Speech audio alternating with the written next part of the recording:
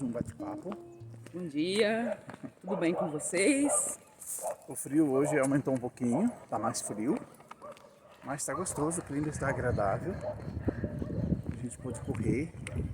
Não é costume a gente correr ao sábado, a gente sempre faz caminhada, mas como ontem não deu para fazer corrida, então a gente faz hoje. A aeróbica é uma coisa importante, pelo menos 3 vezes por semana. Nós temos planejado fazer. E ontem nós conversamos bastante sobre alimentação, cuidado com o corpo, atividade física. Eu contei um pouco da minha história, né, quando eu fui para a Alemanha.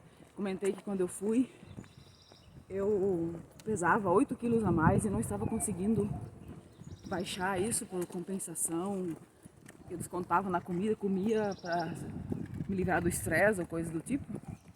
Mas aí eu falei também que descobri uma comida mais leve, paladar agradável, bem temperado, por causa dos temperos que consegui encontrar, sem ter tido essa ideia, mas me chegou isso, né? Então, com isso eu comecei a comer comidas mais leves. E quando voltei, depois de 13 meses do Brasil, eu pesava 10 quilos a menos. E eu me sentia energizada, feliz e leve. Não sabia, não tinha os conhecimentos, não tinha noção de que tinha muito a ver. E eu caminhava muito a pé também, porque o transporte me era muito caro, né? Então eu fazia muita coisa a pé, longos trechos a pé. E aí, nós também tínhamos falado sobre...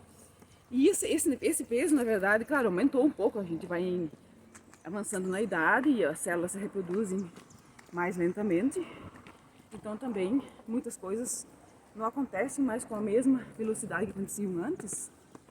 E aí a gente acaba subindo um pouco no peso, mas eu tenho mantido assim, entre 2 e 4 quilos a mais do que eu tinha naquela época quando eu voltei. Eu tinha 26 anos quando voltei. E agora, na semana que vem, estou fazendo 59. Semana que vem. Semana que vem, né? Então dá para manter um bom peso, mas é constante cuidado, não é assim, acontece, não, eu tenho que cuidar disso diariamente, como nós falamos, com atividades físicas e alimentação. E aí o Sidney, né, tinha falado dos suplementos, né, Sidney? Sim, eu acho uma coisa que sempre nos acompanhou nos últimos anos, há muito tempo já, os suplementos alimentares. Na verdade já faz mais de 20 anos isso, Faz né? mais de 20 anos, desde antes do nosso filho nascer, a gente começou com suplementos alimentares. Inclusive algumas pessoas falavam para nós que isso não é necessário, porque deve estar tudo nos alimentos, tudo nos legumes e verduras que a gente come, tem tudo isso. Tem sim, mas não é exatamente, não tem tudo. Porque a gente não consegue comer esse tanto, porque se come esse tanto todo, né, a gente também, como nós já falamos, aí acaba excedendo no peso, né? Então a gente toma sempre, começamos a tomar sempre. Já cálcio, magnésio, foi um dos primeiros, né? E vitaminas, são 10 vitaminas e 2 sais. Essas vitaminas e 2 sais são produtos naturais, na verdade são importados, eles são produzidos, eles não usam agrotóxicos e nem veneno para combate das pragas, eles fazem isso com... Muita gente conhece, as joaninhas, elas são criadas especialmente para isso. E na época que as pragas deveriam se alastrar nas plantações, eles largam esse, eu não sei como é que chama, se é enxame, o que é, de joaninhas para combater as pragas.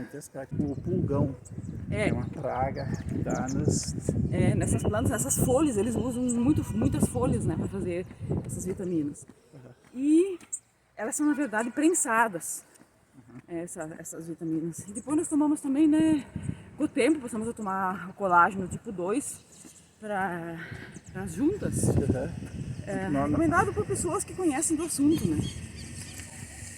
Porque o colágeno mais puro, mais natural, ele tem também na natureza, tem também nas plantas, né? Mas ele é mais, o mais eficiente deles é encontrado em origem animal. E quando nós éramos crianças, a minha mãe, pelo menos, se preocupava muito com isso. As pessoas não conhecem, a maioria das pessoas não conhecem, mas o pessoal do interior, mesmo sem o conhecimento técnico ou medicinal disso, né? eles se preocupam com isso. Por exemplo, isso está contido nos nervos das cartilagens do animal. É o que eles conheciam melhor. Nas plantas existe, mas as pessoas daquela época não conheciam tanto isso elas não conheciam isso assim, nas plantas. Esse é um conhecimento que foi sendo descoberto com as pesquisas e tudo mais. Né? Daí nós também passamos a investir mais também em gelatina, em cápsulas, inclusive. Nós, as licor sempre consumimos muita gelatina. Muita gelatina. Mas também a incolor, quando a incolor começou a surgir, a gente pode, não precisa nem preparar ela, você pode colocar o pó junto com a comida, né? Essa é para pele, né? Ela não serve para as juntas. E as juntas, na medida que a gente vai ficando mais velho, esse colágeno que tem no meio entre os ossos, para que os ossos possam continuar, as juntas possam continuar funcionando, ela vai se achatando. Por isso, inclusive, todos nós, na verdade, abaixamos alguns centímetros na altura, porque as juntas vão como se fosse um colchão, que com o tempo de uso ele vai afinando, né? Eu, por exemplo, eu já diminui quase 2 centímetros a minha altura. Eu diminui 2 centímetros. Eu já passei, na verdade, quase 3 centímetros já. Tô ficando baixinho. É engraçado isso, né? Mas sobre a gelatina, eu queria falar um negócio. Lembra quando você fez aquela cirurgia, né, lá no Hospital Fêmea em Porto Alegre?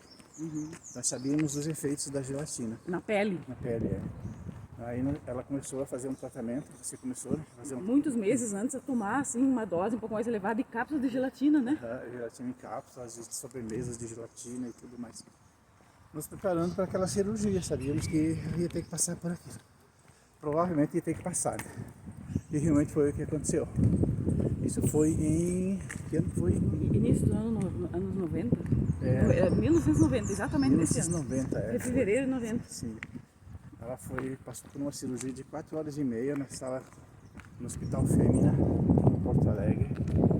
E, nossa, aquilo lá foi uma... Quase não voltei dessa, né? Quase não voltou, E depois, quando o médico falou uma semana depois para voltar lá para tirar os pontos, né? Sim. Lembra? Sim, nossa, ele ficou assim... Ele teve até dificuldades para tirar. Ele ficou assustado, assim, eu nunca vi isso, ele falou. Os pontos cresceram junto com a sua pele. Como é que eu vou fazer isso? Isso vai doer, ele falou, né? Ele teve que tirar pedacinho por pedacinho. Ele disse que nunca tinha visto um poder de cicatrização tão intenso, né? Tão rápido, E tão rápido, né? E nós atribuímos isso ao fato de nós sempre consumimos bastante gelatina. Então, quando as pessoas falam, a gelatina você encontra na natureza, você encontra sim. Mas não é uma proporção. Às vezes a gente precisa dar um reforço. No caso dessa cirurgia aí foi fundamental. Nós dávamos aquele reforçada lá na gelatina. E a partir daí a gente percebeu que realmente é preciso. Nós também tomamos como é que é aquele... Cloreto de magnésio?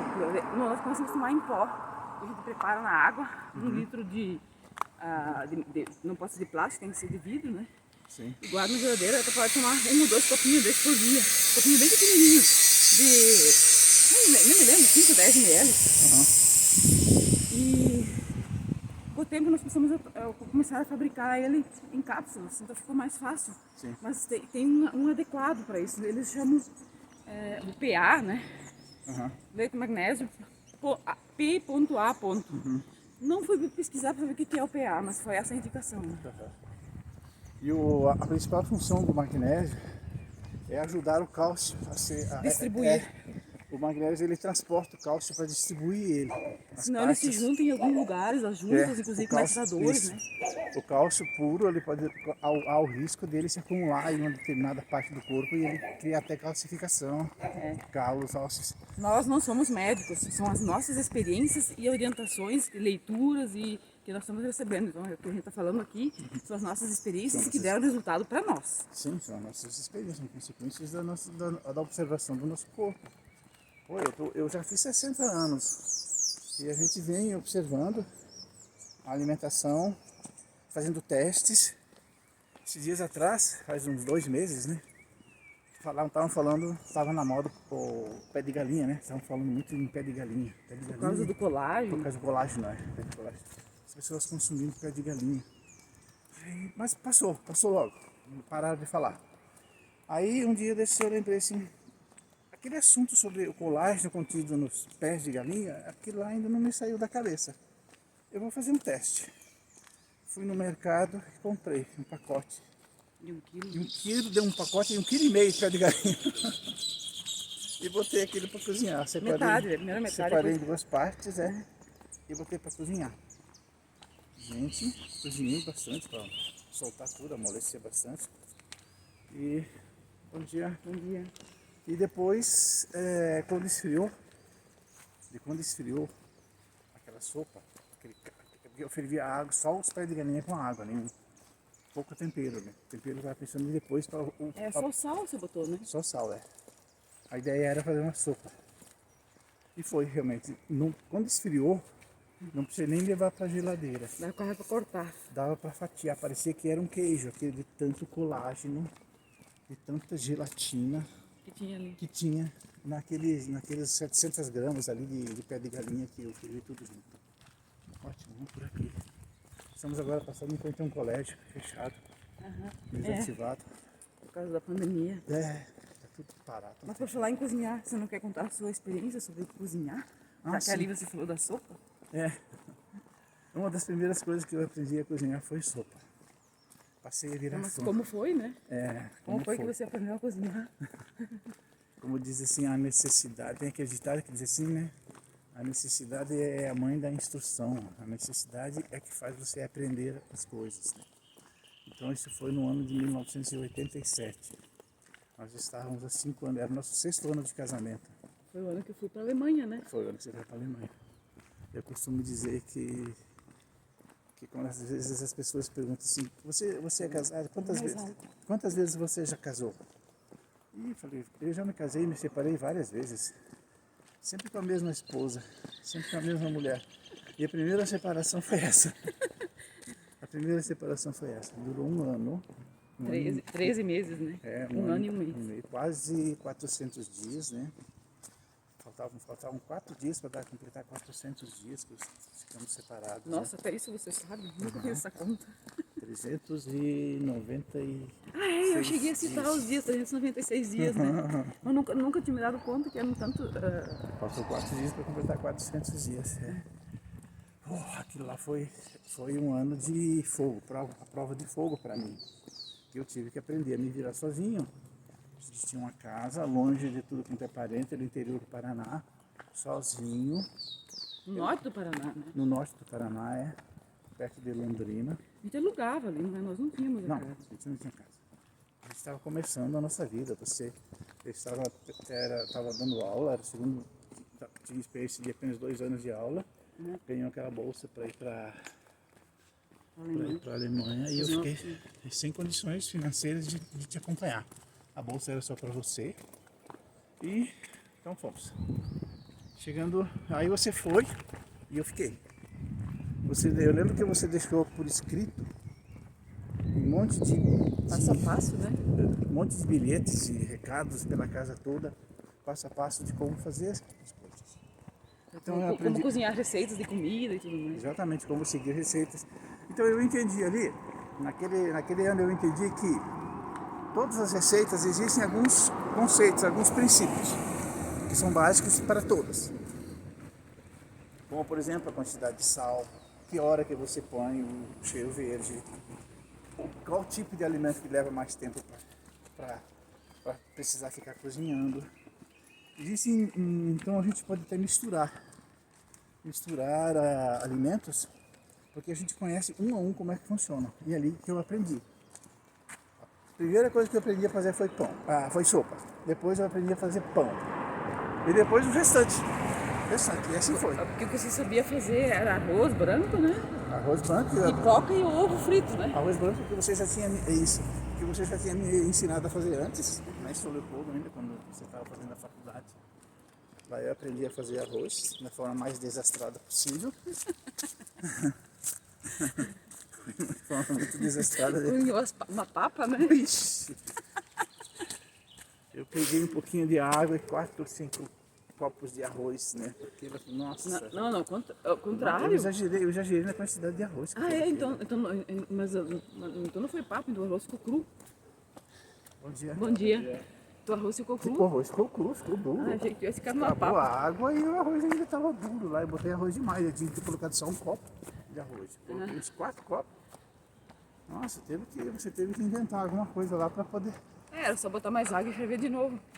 Bom, e assim foi. Aprendendo, errando, mas aprendi. Aprendi a fazer arroz. Depois aprendi a fazer feijão também. Aprendi a fazer feijão, que é uma coisa, mas a gente usava, no início a gente fazia na panela de pressão, lembra? Sim. A gente fazia arroz, fazia feijão na panela de pressão. Depois lendo, estudando, que eu estava sempre interessada por melhorar os conhecimentos sobre comida, né? Uhum. Descobri nas leituras que a panela de pressão destrói. Destrói as fibras do feijão. E a vitamina também. É, quebra tudo. Você está comendo bagaço. Então não dá, nós paramos, cortamos, tiramos a panela de pressão. Agora nós usamos panela comum. É mais comum? Não. Faz mais de 20 anos que nós cozinhamos em panela de aço cirúrgico. É, panela de aço inox. Uhum. Cirúrgico, não é aquela comum, não. É. Importada. Porque não existia no Brasil isso aí. Uhum. Muito bom aquelas panelas. Nossa. Bom, e assim foi. Aprendi. Como diz o gaúcho, a carne para ficar boa tem que passar pelo fogo, tem que passar pelas brasas. Escritor fala do milho de pipoca, né? Que tem que passar pelo fogo para poder estourar. No meio da educação ele é muito utilizado até. E ele fala do milho de pipoca que precisa esquentar no fogo para poder se transformar. Ele era um grão e depois que aquece, esquenta muito, ele se transforma numa coisa completamente diferente e irreconhecível. E cresce em 5, 10 vezes o tamanho que era. Né? Foi bom.